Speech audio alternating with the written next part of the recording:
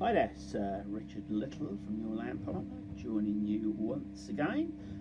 Video 61 out of 100.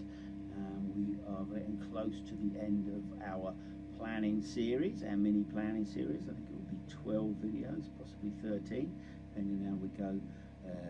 Probably tomorrow when we do the strategy, whether we how much I actually keep going on about it, and things might have to break it into two. It's my favourite bit, but yeah. Anyway, what are we talking about today? We are talking about something called judicial review. I'll explain what that is for those of you that don't actually know. So it's a legal procedure, and it is to challenge the lawfulness of a decision or action by generally central, or in a particular case local government, so the local planning authority when we talk about planning things. Just to give you perhaps a more practical idea of when this gets used.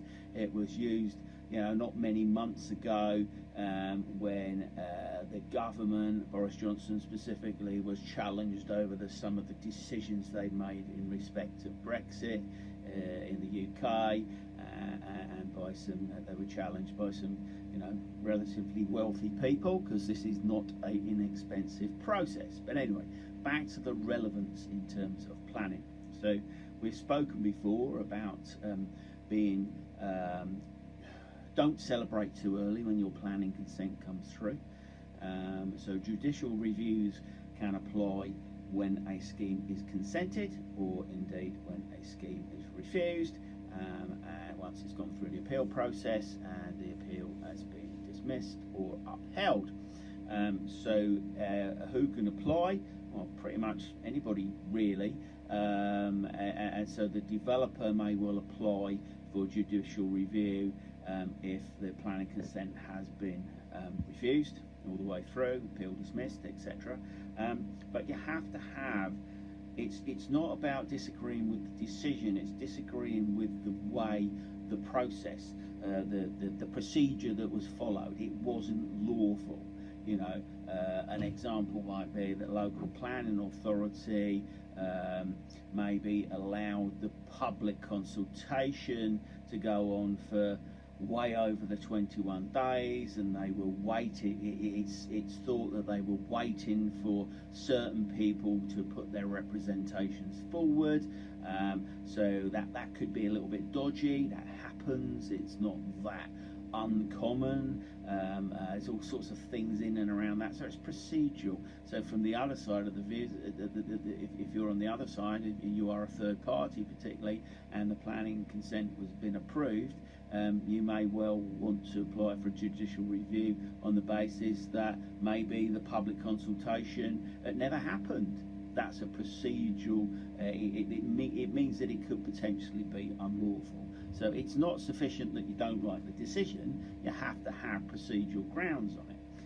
So it's got to be unlawful in some way. And as we all know, or most of us know, that the law isn't black and white, it's many, many shades of grey. So judicial reviews ultimately come down to how well you can put a case, or how well somebody puts a case, and an opinion. Yeah. So it's going to take you through,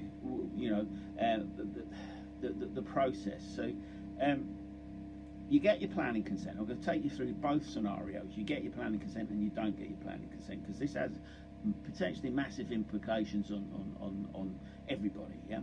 So you've got your planning consent, it's come through, the appeal's been, it's all good, right? So even if you've looked at your conditions that need to be in, they're all acceptable and everything else, okay, then that's still not sufficient to say yes, because there is a period of 6 weeks, so 42 days, I'm fairly certain that's what it is, 42 days of which somebody can submit for a judicial review and challenge that decision. So you get your piece of paper, you've got planning consent, but actually somebody somewhere may well be saying, actually an influential third party in this particular case is more likely to say that the process was flawed somewhere through there, whether it's through the initial planning application or anywhere through the appeals process, etc. Yeah, and obviously if you get planning consented at the first stage and you don't go to appeal, then judicial review can be asked for at that point. So it's at any point when there is a decision. Yeah, so whether it's for you or against you. Anyway, going off on a tangent. So, so you've got your planning, and you've actually got to wait 42 days before you're actually, yeah, I'm home and dry. And actually, really throwing it a cat amongst the pigeons, there are cases, there are things that have gone over the 42 days. Now, you, me, we ain't really going to come up against that sort of stuff. If you think there are problems, we're going to find that out through the whole process if there are procedural problems. So one of the other things we all talk about is we make sure our paperwork is bang on all the way through. And one of the reasons we do this, we might want to prove one way or the other. You know, so if somebody submits for a judicial review, they pay an application fee, 150 quid or something like that, I think it is, and that's just to apply to see if you can actually have a judicial review. So sometimes you'll get turned down, in which times you can go back again and say, right, okay, I want a second go at this. And if you're not turned down, or you are turned down, or whatever, there's another bite of the cherry. So it's not an in-out situation, but all of this can happen quite quickly. But if you actually get to the point where there is a judicial review, it's been accepted, and it's going to be in open court, then the first stage effectively is written representation. You know, you get the opportunity to put the case. You can defend it if you're the defendant. You can get expert testimony, etc., to you know, to hold your case. So you'll see what the case for the applicant is, and then if you are the defendant, then you're going to be able to defend that. You get that opportunity, but that happens quite quickly. It can happen in a matter of days. Yeah, but if that isn't the case, and we actually want to take it to the next level, and it's what will be an open court, then it can take many months to actually get in the system and actually prepare the cases. And they're not overly long cases, you know, most of them are over within a day, but they're still expensive, because what you've got to look at is you've got to look at your legal fees, you've got to look at your court fees, your legal fees and court fees. You've got to look at any expert witness or any expert testimony, any reports, etc., to circulate. And all of this stuff isn't a couple of £100 an hour. You're probably going to have a planning barrister, or even two, yeah, in court, etc. So you can rack up many thousands and thousands of pounds. Not astronomical, but it could be in the very likely to be in the tens of thousands of pounds, and maybe more if it drags on a bit. So this can be if you've got planning consent. Yeah, so it's 42 days. Once you say 42-day period over, you're fairly okay. I can now implement that planning consent without any fear of somebody calling for judicial review.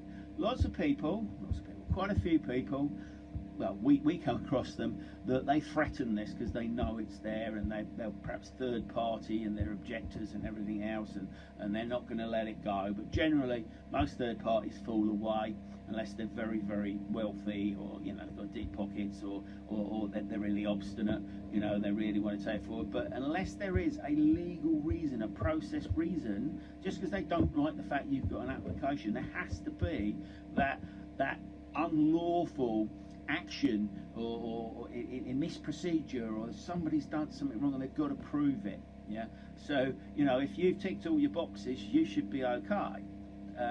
But let's take the other side of things. Is you get turned down in the initial application, you then go through the appeal process and you still get turned down, right? Are there any grounds where the local planning authority have colluded? This happens, colluded with third parties, or you can prove that they've colluded with third parties to actually object against something, because the planning authority have to effectively be, they are the decision making body, and they have to be independent of us on one side and whoever's on the other side. Of course, in reality, there's a lot of lobbying going on. How independent are they? Well, you know, yeah, most are pretty, you know, straight down the middle. But yes, there are ways to influence, should we say, and that's something that we'll talk on in strategy. So if you don't like the decision, that's not enough. It's actually, we must then prove that the planning authority have done that, and we've got to have pretty damning evidence. You know, just thinking that something was there, or an odd little bit of perhaps a recording or an email or something. You've got to, you know, so you've got to prepare the case. You've got to dig into it, and you can submit certain questions to the thing so that they have to answer you and things. So it becomes very, very formal, you know, which it has to be, because you are questioning, you know, the authority, you know, and obviously they don't want to be found to be, you know, lacking in any way. So the costs can be high. We see people go down this road occasionally based on the wrong decision. Decent planning barrister, planning consultant, whoever you're dealing with, will only advise you to take the JR route, the judicial review route, if there is something that's worth going after. What you're probably better off doing in most cases is revisiting the reasons for refusal and can we change them. So for most of us, judicial review is just is there. But the cautionary thing here for everybody that gets planning consent is that 42 days. Yeah, so you know that 42 days until that's up, you're not totally clear. We've never had a judicial review. We've done a lot of planning applications. I don't really know how many, but yeah, scores and scores, I suppose. I'm not sure if it's into the hundreds, but feels like it sometimes. But you know, we've never had one. They are generally for larger projects where people are looking more. There's more interested parties, but because it's only you can only get the review based on, you know, something that's wrong, something that's done wrong procedurally. It can happen on a planning application for a house extension, yeah. So it can happen, you know, on any type and any size of application. But generally, most of you won't get involved in this stuff. I'm just really sort of flagging it up because it is important, you know. So you know, it's really just so that you know it's there, yeah, and. You know, are people going to experience it? No, pretty much. You know, I can't imagine that you are. And if you are, you probably are going to know as you go through the process that there's something going wrong, particularly if you're not happy. And if you think something procedurally has gone wrong, then that is at that point you start talking to the planning authority and you know, councillors or whatever it is, chief executives of the councils, etc., and point it out to try and, you know, nip it in the bud early on, because you can start saying, look guys, if you don't sort this out, we will end up as a judicial review, and they take this stuff very, very seriously. But in order to do that, you know, don't try it on. You're not going to bully your way through this. You've got to have that, you know, fairly conclusive evidence. Now, if you come out the other end of a judicial review, it's still not the end. There is a court of appeal, so you can go to the court of appeal. But hey, I'm not even going to talk about that because, you know, we're never going to get involved in that, and hopefully none of you are. But if you ever find yourself, you know, somewhere in and around judicial review, you have got to take the right advice, and you're going to be looking at planning barristers really to do that. And you know, these guys and girls really know their stuff if you go to the right chambers. And like everything else, there's good ones and bad ones, and they're the most expensive isn't always the good one. The good ones, the better ones, they're sometimes just been there and they do the bigger cases, so they get the most money. So what you want is somebody that actually believes in your case and they're going to fight your corner.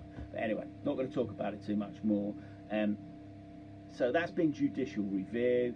It's not you know, an overly comprehensive view of it, just to make you aware it exists and the things that you need to consider. Say it's 42 days. That's the main thing. You know, so it's been Richard Little from your land partner.